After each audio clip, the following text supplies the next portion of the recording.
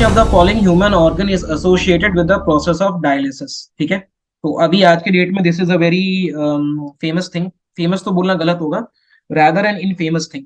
तो क्या होता है ना कि when ever your kidney stops working, अब देखो किडनी का मेन फंक्शन क्या होता है मैं बताता हूँ आपको। किडनी का फंक्शन ये होता है कि वो बॉडी का जो वेस्ट प्रोडक्ट है, बॉडी का जो वेस्ट प्रोडक्ट है वो बॉडी के बाहर उसको डिस्पोज कर देता है। लेकिन but when your kidney stops functioning, तो आप क्या करते हो, आप आर्टिफिशियली किडनी के फंक्शन को एक मशीन के थ्रू कराते हो। तो ये मशीन क्या करता है, ये बॉडी से वेस्ट प्रोडक्ट या जो एक्सेस फ्लूइड्स है ये बॉडी के बाहर उसको डिस्पोज कर देता है। क्लियर? तो यहाँ पे हम लोग क्या करते हैं, it involves diverting blood to a machine to be clean. तो यहाँ पे जो ब्लड क्लीनिंग का प्रोसेस है इसको हम लोग एक मशीन के अंदर डालते हैं और वो मशीन जो है ये क्लीनिंग के प्रोसेस को करता है। क्लियर? तो एक एंड से ये ब्लड जो है ये इस मशीन में जाता है और दूसरे एंड से ये जो ब्लड है ये पेशेंट के बॉडी में जाता है। क्लियर? समझ में आया आपको? एक और छोटी सी चीज याद रखना कि जो नेफ्रॉन है this is the filtration unit of the kidney. ठीक है? एक और बहुत ही छोटा सा टिडबिट्स है, आई डोंट थिंक यहाँ पे इंपॉर्टेंट है लेकिन फिर भी लेट मी टेल यू कि किडनी जो है ना ये एक तरह का प्रोटीन प्रोड्यूस करता है जिसे कि हम कहते हैं एरिथ्रोप्रोटीन। एरिथ्रोप्रोटीन। अब देखो ये प्रोटीन का क्या सिग्निफिकेंस है, ये प्रोटीन क्या करता है ना, ये बेसिकली रेड ब्लड सेल्स को अपना प्रोड्यूस करता है। ठीक है? तो ये आरबीसी प्रोड्यूस करता है। लेकिन जब आपकी किडनी जो है वो काम करना बंद कर देती है तो क्योंकि ब्लड जो है वो उतना प्योर नहीं है, सो देयरफॉर ये ऑक्सीजन का प्रोसेस कहीं ना कहीं इनहिबिट हो जाता है। देयरफॉर यहाँ पे हम लोग क्या करते हैं, यहाँ पे हम लोग बोन मैरो को स्टिमुलेट करते हैं कि आप ज्यादा red red blood cells produce करो ताकि कम से कम ऑक्सीजन जो है वो इजिली कैरी कर लिया जाए। अब रेड ब्लड सेल जो है वो पूरा ऑक्सीजन कैरी नहीं करता है। रेड ब्लड सेल में एक पिगमेंट है जिसको हम लोग कहते हैं हीमोग्लोबिन के नाम से। हीमोग्लोबिन का काम है to carry oxygen to the parts of the body. Okay, अगला क्वेश्चन देखो आप। Which part of the brain is associated with the functions of swallowing and vomiting. तो वो बॉडी पार्ट या ब्रेन के पार्ट का नाम है मेड्यूला ऑब्लोंगोटा। ये ब्रेन का बॉटम मोस्ट पार्ट है। Bottom most, you must be knowing कि ब्रेन जो है उसमें थ्री पार्ट्स होते हैं जनरली। वन इज सेरिब्रम, दूसरा है सेरिबलम और देन है मेडुला ऑब्लोंगोटा। क्लियर? इसका एक बहुत इंपॉर्टेंट फंक्शन है कि ये बॉडी के बहुत ही वाइटल प्रोसेसेस में एक बहुत मेजर रोल प्ले करता है। फॉर एग्जाम्पल हार्ट बीट में इसका बहुत इंपॉर्टेंट रोल है, मेंटेनेंस ऑफ ब्लड प्रेशर में बहुत इंपॉर्टेंट रोल है। एक और चीज याद रखो, यहाँ पे एक हाइपोथैलेमस नाम की चीज मैंने मेंशन की है। हाइपोथैलेमस का काम होता है ये बॉडी के टेम्परेचर को ना स्टेबल स्टेट में रखता है। यानी क्या करता है कि अगर बाहर के टेम्परेचर में चेंज आ रहा है तो भी ये बॉडी के टेम्परेचर को चेंज नहीं होने देता है। और वो जो प्रोसेस है उस प्रोसेस को हम लोग कहते हैं होमियोस्टेसिस। होमियोस्टेसिस यानी होमियोस्टेसिस क्या प्रोसेस है कि आपके जो बॉडी टेम्परेचर है वो हमेशा एक कांस्टेंट लेवल पे मेंटेन रहे दो the outside thing is changing. Clear? Cerebellum जो है ये एक बहुत इंपॉर्टेंट पार्ट है ब्रेन का जो कि बैलेंस एंड पॉस्चर को कंट्रोल करता है। Balance and posture. ओके, अगले क्वेश्चन पे आइए। Which of the following hormone stimulates the liver to secrete bile juice. आपको पता है बाइल जो है this is a component which is secreted from liver, लेकिन ये लिवर से कॉन्टिन्यूसली सेक्रीट नहीं होता है। एक हार्मोन है जो इसको बताता है कि अभी तुमको बाइल सेक्रीट करने की जरूरत है और उसका नाम है सेक्रेटिन। क्लियर? तो bile secretion is stimulated by secretin and the bile secreted into the gall bladder where it's stored under fasting condition. ये फास्टिंग कंडीशन में स्टोर्ड होता है और उसके बाद में इसका जो मेन काम होता है कि ये इंटेस्टिनल वॉल को स्टोमक स्टोमक के एसिड से प्रोटेक्ट करता है। क्लियर? एक और चीज याद रखो कि ये जो हमारा ग्रेलिन है this is known as the hunger hormone. This is known as the hunger hormone. ठीक है, चलिए आगे बढ़े।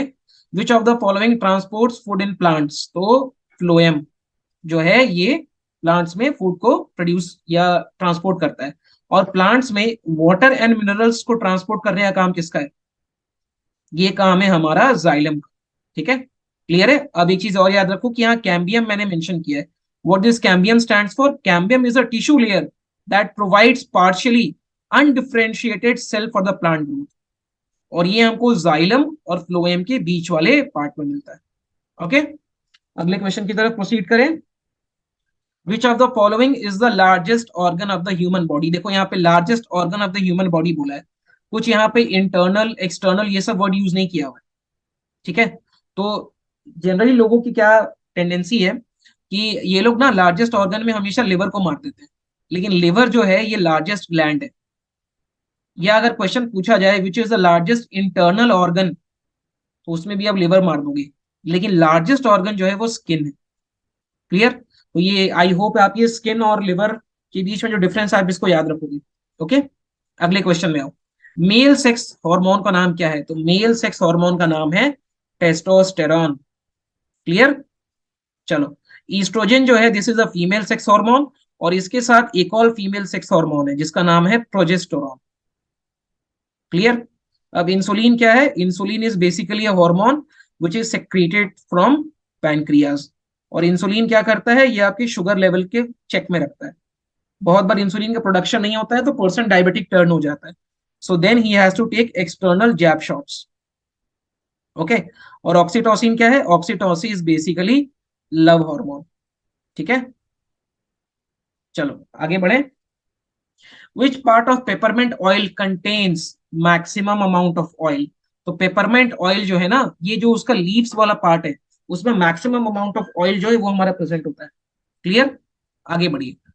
Who among the following discovered the process of mitosis? So the process of mitosis was discovered by none other than Walter Fleming. Clear? Walter Fleming ने इसको basically सबसे पहले अपना किया था। लेकिन सेल डिवीजन की जो प्रोसेस है, सेल डिवीजन की जो प्रोसेस है, उसको सबसे पहले आइडेंटिफाई या ऑब्जर्व किया था by a scientist named as Virchow. ठीक है, और उसके बाद में फ्लेमिंग ने माइटोसिस डिस्कवर किया 1882। नाउ माइटोसिस के बारे में तो हमने जान लिया, व्हाट इज मियोसिस? तो meiosis as a cell division was first discovered by Weismann. Weismann ने सबसे पहले मियोसिस को डिस्कवर किया था। ओके, आगे देखो। Which part of the plant is use to make saffron? तो जो सैफरॉन है this is made from the stigmatic part of the plant. ठीक है, अब इंडिया में जो मोस्ट ऑफ द प्रोडक्शन है सैफरॉन का, this take place in Kashmir, and there this is known by the local name of जाफरान। Clear? और world over Iran produces 85% of global saffron, क्योंकि सैफरॉन को ग्रो करने के लिए जो ऑप्टिमम क्लाइमेटिक कंडीशंस हैं वो ईरान में अवेलेबल है। ओके, अगला देखो। Which of the following isotope is helpful in detecting tumours in human body? तो उसके लिए arsenic 74 isotope is used. Clear? Cobalt 60, boron 80, iodine 20, ये सारे हम लोग क्या करते हैं in the treatment of brain tumour. Brain tumour के ट्रीटमेंट में यूज होता है, लेकिन for detecting the tumours we use arsenic 74। Clear? अगले में आओ। Which of the following is a symbol of Buddha's nirvana? देखो, बुद्ध के लाइफ से हम लोग बहुत सारे अलग अलग सिंबल्स को एसोसिएट करते हैं। क्लियर? अब देखो, अगर मैं आपको बुद्धा के बर्थ के बारे में बताऊं, ठीक है, तो बुद्धा के बर्थ को आइदर हम लोटस या फिर एलिफेंट से सिग्निफाई करते हैं। Now why elephant? Because when he was taking birth उनकी मदर को एक एलिफेंट दिखा था। ठीक है, अब बुद्धा के बाद जो उनके लाइफ में जो चीज हुई थी that was leaving his house, और लीविंग हिज हाउस को हम लोग बोलते हैं महाभिनिष्क्रमण। महाभिनिष्क्रमण। अब जब इन्होंने अपना घर छोड़ा था तो इन्होंने अपने घर को एक घोड़े के ऊपर छोड़ा था, इसीलिए इसको हम लोग शो करते हैं हॉर्स से। क्लियर? उसके बाद में क्या हुआ था? बुद्धा ही अटेन्ड एनलाइटनमेंट, उन्होंने एनलाइटनमेंट अटेन किया। बात समझ रहे हो आप? अब ये जो एनलाइटनमेंट है Buddha, this is only known as nirvana. Clear? तो एनलाइटनमेंट इन्होंने अटेन किया था बोधि ट्री के नीचे, so therefore this is signified by Bodhi tree. तो Bodhi tree is the answer यहाँ पे। और लास्ट जो है वो है बुद्धा का डेथ। तो डेथ जो है वो स्तूपा है, कि स्तूपा में ना हम लोग बेसिकली रेलिक्स को रखते हैं, रेलिक्स को रखते हैं, बुद्धा के रेलिक्स को। क्लियर? आई होप आपको बुद्धा की लाइफ के ये सारे सिंबल के बारे में समझ में आया। एक और चीज याद रखना, जब बुद्धा ने अपना पहला सरमन दिया था उसे हम धर्म चक्र परिवर्तन के नाम से जानते हैं। धर्म चक्र परिवर्तन, और उसको हम शो करते हैं, देखो चक्र का नाम आ रहा है through a wheel. Clear? Next question पे आइए। Who among the following Magadha ruler was known as Kunika? Kunika इनमें से किस मगध रूलर का नाम था? तो वो अजात शत्रु का नाम था। ही was the ruler of Magadh, और ये बेसिकली बिंबिसार के पुत्र थे। और बिंबिसार कौन थे? He was the founder of Haryanka dynasty. ठीक है। एक और चीज याद रखना अजात शत्रु के नाम से, कि इनके नेतृत्व में सबसे पहली बुद्धिस्ट काउंसिल ऑर्गेनाइज की गई थी। हम बुद्धिस्ट काउंसिल के बारे में भी आएंगे। और ये कब ऑर्गेनाइज किया गया था? अप्रोक्सीमेटली 483 बीसी के आसपास। क्लियर? आगे बढ़े, चलो। The Rampurva pillar edicts related to Ashoka is established in, Rampurva pillar जो है ये कहाँ पे है? तो रामपूर्व पिलर जो है ये बिहार में है। इसके बारे में कुछ चीजें जान लो। सबसे पहले तो this is written in the Brahmi script, Brahmi script में इसको लिखा गया है। और ये चंपारण बिहार में है। This is in Champaran Bihar. It was discovered by Carlyle, Carlyle ने इसको डिस्कवर किया था। ठीक है। इसके अलावा कुछ और भी पिलर्स जो चंपारण में है, they are Lauriya Areraj and Lauriya Nandan. ठीक है।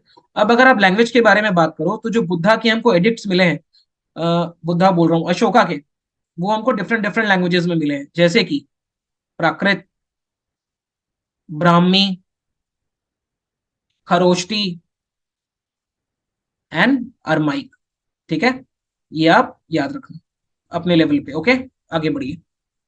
Who among the following ruler authored the book दना सागरा? ठीक है। तो दना सागरा के इनमें से कौन ऑथर है जिन्होंने इसको लिखा है? तो ये है बल्लभ सेन जी। ना अब ये देखो, बल्लभ सेन कौन है? He is author of the book. He also authored one more famous book which is known as Adbhut Sagar. अद्भुत सागर बुक के भी राइटर यही है, याद रखिएगा आप लोग। थोड़ा इनके बारे में जानते हैं। तो जो वल्लभ सेन थे ना, ही was the ruler of the सेना डायनेस्टी। और सेना डायनेस्टी थी जो आज के प्रेजेंट बंगाल एरिया के आसपास रूल करती थी। ठीक है। और ये सेना डायनेस्टी के सेकंड रूलर थे। और सेन डायनेस्टी की जो कैपिटल थी that was Nabadwip, that was Nabadwip. Okay, अगले क्वेश्चन की तरफ आइए। The name of the Indian currency rupaya was given by, rupaya जो नाम इंडियन करेंसी का, ये शेर शाह सूरी ने दिया था। इन्होंने और भी बहुत ही बड़े बड़े रिफॉर्म्स लेके आए थे। इन्होंने बेसिकली सिल्वर के कॉइन को इशू किया था और उसका नाम इन्होंने दिया था रुपया। शेरशाह सूरी का एक निकनेम भी है, बहुत इंपॉर्टेंट है, फरीद खान। बिहार की हिस्ट्री के लिए बहुत इंपॉर्टेंट है। इनका एक टोंब भी है सासाराम में, आप लोग याद रखेंगे इसे। और इनके टेन्योर में कुछ अलग अलग मिनिस्टर से कुछ डिफरेंट डिफरेंट नेम हुआ करते थे। फॉर एग्जाम्पल फोतेदार, फोतेदार जो थे ये कौन होते थे? ट्रेजरर। उसके बाद अमीन कौन होते थे? जो आज भी हम लोग कई एरिया में अमीन, जो लैंड रेवेन्यू को देखते हैं। क्लियर? चलिए आगे बढ़िए। Who among the following Mughal rulers was coronated in the city of Patna Bihar? किस मुगल रूलर का जो कोरोनेशन है वो पटना बिहार में हुआ है? तो वो है फर्रुखशियर, यानी लेटर मुगल्स में फर्रुखशियर जो है इनका कोरोनेशन बिहार पटना में हुआ है। और ये जहांदर शाह को इन्होंने सक्सीड किया था 1713 में। क्लियर? आगे बढ़िए। Which among the following language was not inserted in the 8th schedule of the Constitution by 92nd Amendment Act 2003? तो देखो, सबसे पहले तो ये याद रखो कि कॉन्स्टिट्यूशन का जो 8th शेड्यूल है इसमें कुछ लैंग्वेजेस के बारे में मेंशन्ड है, and they are known as the schedule languages. इसीलिए इंडिया की कोई ऑफिशियल या कोई नेशनल लैंग्वेज नहीं है। ठीक है। इंडिया के सिर्फ ऑफिशियल लैंग्वेज है। और ऑफिशियल लैंग्वेज क्या है? Hindi in Devanagari script and English to be continued up to a certain time period. ठीक है। यहां बोला जा रहा है इन्होंने कि 92nd अमेंडमेंट एक्ट से हमने कुछ लैंग्वेजेस को ऐड किया था। तो इनमें से कौन सा लैंग्वेज है जो 92nd अमेंडमेंट से एक्ट नहीं हुआ है? That is Sindhi language. Dogri, Bodo, Santhali हमने 2003 में 92nd अमेंडमेंट एक्ट से ऐड की थी, जिसके बाद total number of schedule languages जो है वो नंबर 22 तक पहुंच गया था। As of now there are 22 schedule languages in the Indian constitution. Clear? 92nd जो एक्ट था उससे हमने कुछ लैंग्वेजेस ऐड की थी। कौन कौन सी थी वो? बोडो, डोगरी, मैथिली एंड संथाली। तो यहाँ पे मैथिली जो है वो एक एडिशनल लैंग्वेज है। क्लियर? आगे बढ़ते हैं। विच of the following is associated with article 138 of the constitution? Article 138 of the constitution किससे डील करता है? तो ये डील करता है enlargement of the jurisdiction of supreme court. ये पावर देता है पार्लियामेंट को कि पार्लियामेंट थ्रू अ लॉ वो सुप्रीम कोर्ट के जुरिस्डिक्शन को इंक्रीज कर सकता है। That's it. अब इसमें कुछ अलग अलग आर्टिकल्स भी हैं, जैसे कि आर्टिकल 137, ये क्या करता है? ये बात करता है review of the judgement of supreme court. Article 140 This talks about the ancillary power of Supreme Court, and 134 talks about the appellate power of the Supreme Court. Appellate means appealing power. अगर high court से आप किसी judgement से खुश नहीं है तो आप सुप्रीम कोर्ट में जा सकते हैं, ये पावर 134 के अंदर दी गई है। अगला क्वेश्चन देखिए, which of the following is a true description of a lame duck session with reference to the parliament. Lame duck session क्या होता है? बहुत ही सिंपल है। लेम डक सेशन जो है ना, ये लास्ट सेशन होता है on going members of the parliament के या लोकसभा के जनरली हु डिडंट गेट री इलेक्टेड। देखिए क्या होता है, जब भी लोकसभा का लास्ट सेशन होता है तो उसमें कुछ ऐसे मेंबर्स होते हैं जो कि अगले सेशन के लिए इलेक्ट नहीं हुए, और इसीलिए वो लोग जो वहां पे बैठ के बिजनेस ऑफ द हाउस को कंडक्ट कराते हैं, we call them by the name of lame duck. Clear? आगे बढ़िए। The directive principle of state policy under Article 38 endeavor to eliminate inequalities. Which of the following is not among those? यानी कि 38 ने कुछ inequalities को eliminate करने की बात बोली है। DPSP जो है, this is present in part 4 of the Constitution. Article 36 से Article 51 के बीच लाई करते हैं, and they are borrowed from Irish Constitution. ठीक है? अब देखो ये DPSP क्या होते हैं, थोड़ा समझो। देखो, कॉन्स्टिट्यूशन ने कुछ गाइडलाइंस लिखे, कुछ गाइडलाइंस दिए। उन्होंने बोला है कि जब भी सरकार कोई नियम बनाएगी, नियम बनाने से पहले एक बार इन गाइडलाइंस को आके देख लो। ठीक है? अगर तुम इन गाइडलाइंस को फॉलो करते हो तो बहुत अच्छा है, इससे वेलफेयर स्टेट की संरचना हो जाएगी। और अगर तुमने ये किया तो वेलफेयर स्टेट आएगा, लोग तुमको अगली बार जिता देंगे। हाँ, लेकिन अगर तुमने नहीं भी किया तो उससे कोई दिक्कत नहीं है, तुमको इसके लिए कोर्ट नहीं जाना पड़ेगा, because these rights are non justiciable. लेकिन अगर लोगों का भला ही नहीं हो रहा है, वो तुमको अगले इलेक्शन में हटा देंगे। इसीलिए बी आर अम्बेडकर ने बोला था कि जो डीपीएसपी हैं, they are more moral in nature. ठीक है? तो आर्टिकल 38 में उन्होंने बोला है कि आप स्टेटस के बेस पे इनइक्वालिटी एलिमिनेट करोगे, अपॉर्चुनिटी पे करोगे, फैसिलिटीज, लेकिन प्रिविलेज का यहां पे मेंशन नहीं है। क्लियर? चलिए